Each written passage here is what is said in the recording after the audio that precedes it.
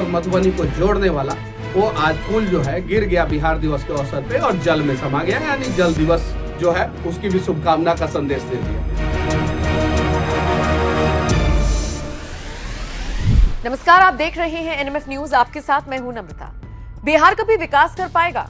जाति से ऊपर उठकर बिहार के नेता और जनता कभी सोच पाएंगे? यकीन मानिए, सवाल का जवाब न कभी पहले मिला और न ही मौजूदा दौर में मिलता है। सरकारें आई और गईं, गठबंधन बने और टूटे, सीएम की कुर्सी से नीतीश तो नहीं हिले, लेकिन नाम के लिए हुआ विकास मिट्टी में मिलता हुआ जरूर दिख रहा है।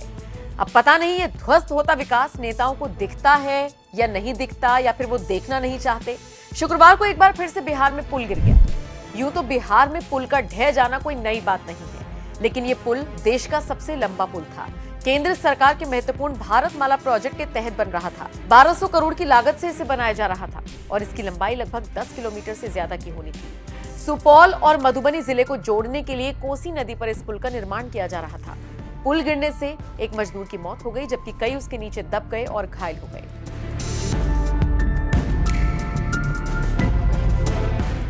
पुल हादसा हुआ तो इस पर राजनीति शुरू हो गई। विपक्ष पुल की गुणवत्ता पर सवाल उठा रहा है। बिहार में पुल गिरने का लंबा चौड़ा इतिहास रहा है। आप इतिहास के पन्नों को उठाकर देख लीजिए, आप पाएंगे कि बिहार की जनता भी इसकी आदी हो गई है। लेकिन मजाल है कि सरकार आंख कान खोलकर इस पर काम करवा ले। बस जैसे ही ये खबर आई, मृतक को 10 लाख के मुआवजे का ऐलान कर दिया गया, घायलों की भी मदद करने का आश्वासन दे दिया गया और फिलहाल हादसे की जांच शुरू कर दी गई। बिहार में हुए पुल हादसे पर जाने माने यूट्यूबर और पूर्वी चंपारण से चुनावी मैदान में उतरने जा रहे मनीष कश्यप ने अपना गुस्सा जाहिर किया है। उन्होंने बिहार दिवस और जल दिवस का जिक्र तो किया, लेकिन इसी के साथ उन्होंने अपनी नाराजगी भी जाहिर की। इस तरह के घटनाक्रम के बहाने उन्होंने अपना गुस्सा जाहिर किया। सुनिए मनीष कश्यप ने क्या कहा। बिहार दिवस की आप सभी को हार्दिक शुभकामना और बधाई। आज जल दिवस भी है और इसी के उपलक्ष्य में बिहार में एक पुल जो है वो गिर के जल में समा गया। 22 मार्च है, आज ही के दिन जो है बंगाल से बिहार 1912 में अलग हुआ था और फिर देश का सबसे बड़ा पुल जो बिहार में बन रहा था, सुपौल और मधुबनी को जोड़ने वाला, वो आज पुल जो है गिर गया बिहार दिवस के अवसर पे और जल में समा गया, यानी जल दिवस जो है उसकी भी शुभकामना का संदेश दे दिया। हो सके तो ऐसे ऐसे ठेकेदारों पे एनएसए लगाइए। मनीष कश्यप तो पहले ही बोला था कि 10-12 पुल जो है वो रेड जोन में है, पहले ही बोला था जेल से निकलने के बाद ही।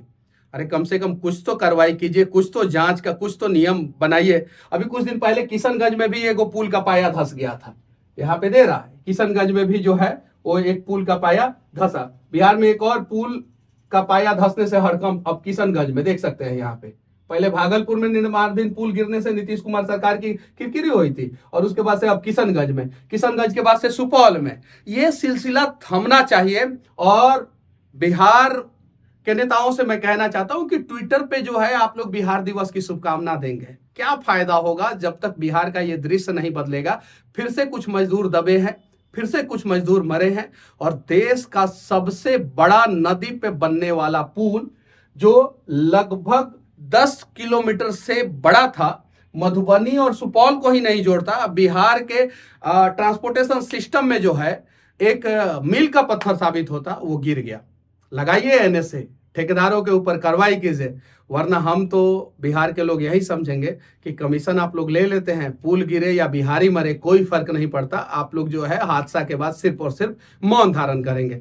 और देश के सभी मीडिया चैनलों से मैं विनती करना चाहता हूं कि आप सभी जो है इस चीज को दिखाइए ताकि बिहार का हालात, बिहार का तकदीर और बिहारियों का किस्मत बदले। जय हिंद। मनीष कश्यप की एक एक बात आप सुनिए और फिर सोचिए, बिहार की इस दुर्दशा के लिए असली जिम्मेदार कौन है? नेता, राजनेता या फिर बिहार की जनता खुद?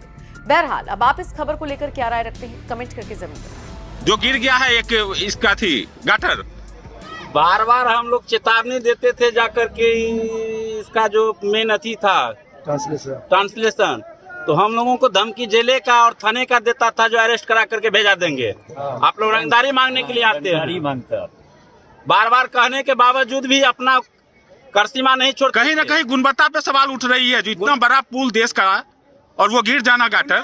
जी उसमें गुणवत्ता कुछ नहीं, उसमें कुछ नहीं, सारा चीज सर मरीज मारता है। हम लोग निकाले, हम ग्रामीण लोग निकाले। कितना लोग इसमें दबे होने की संभावना जताई जा रही है? इसमें लगभग 40 थे 50 आदमी भीतर में दबे हुआ है गटर के नीचे गटर के नीचे। और कितने लोगों को ले जाया गया 20-25 आदमी को भेजा गया यहाँ से उठा करके। और 40 आदमी अंदर दबा हुआ है। जी 40 आदमी है। गुणवत्ता इसमें नहीं है।